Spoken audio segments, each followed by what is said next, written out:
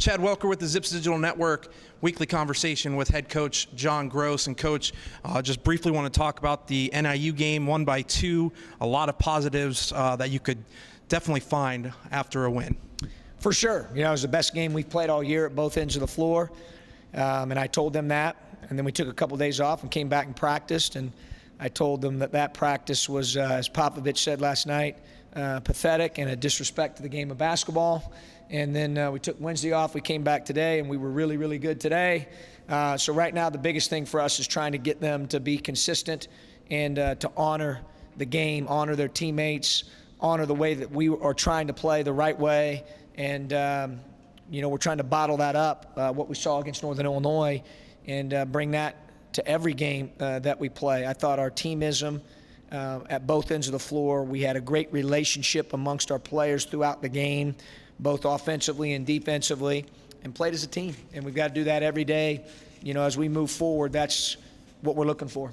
There's a couple of numbers that kind of sparked what I saw looking at the second chance points. You won that battle 10-5, and then points off turnovers, you won 15-8. You got to like those two numbers in the stat category. Yeah, no question. I thought that those were two big ones, and once again kind of exemplifies the effort that our guys played with and the way they played. They played the right way. You know, obviously I wasn't fired up about our 13 turnovers. We had too many, and we're a little sloppy there with about 3 or 4 of them. But all in all, I mean, those were two. And when you're talking about a 2-point game, as you were alluding to earlier, Chad, I mean, points off turnovers, second chance points can oftentimes be the difference in the game.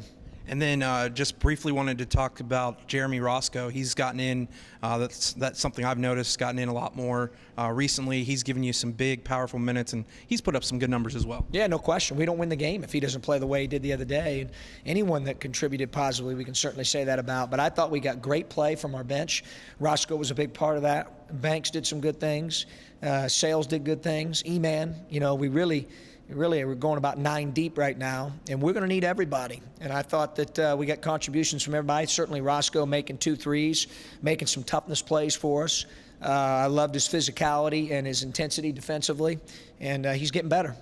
And then now we get to look ahead. You have Ohio on Saturday at 3:30. That game will be on ESPN3.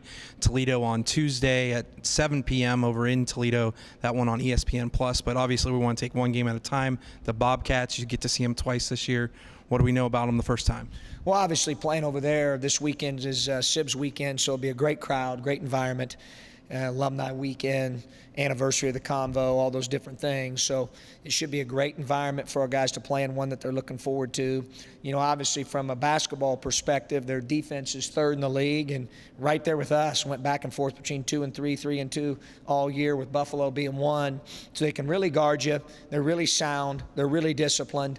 And then offensively, they do a good job of moving the ball. They run a lot of motion, and they are constantly cutting and moving and, you know, really testing your discipline on that end of the floor as well.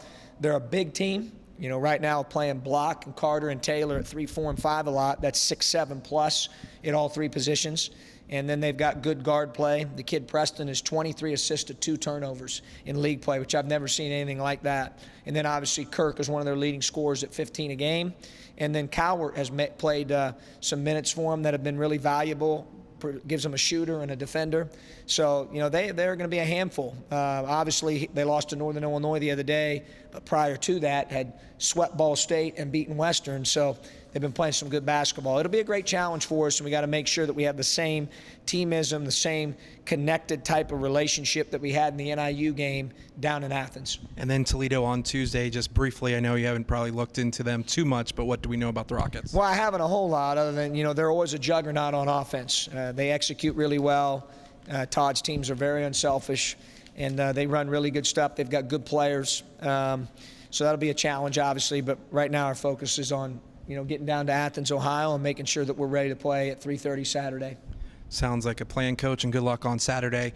Fans, I know it's been a cold week, so you can bundle up and stay inside your house and watch the Zips battle the Bobcats at 3:30 on Saturday on ESPN3. For Chad Welker and the Zips Digital Network, have a great weekend, and as always, go Zips.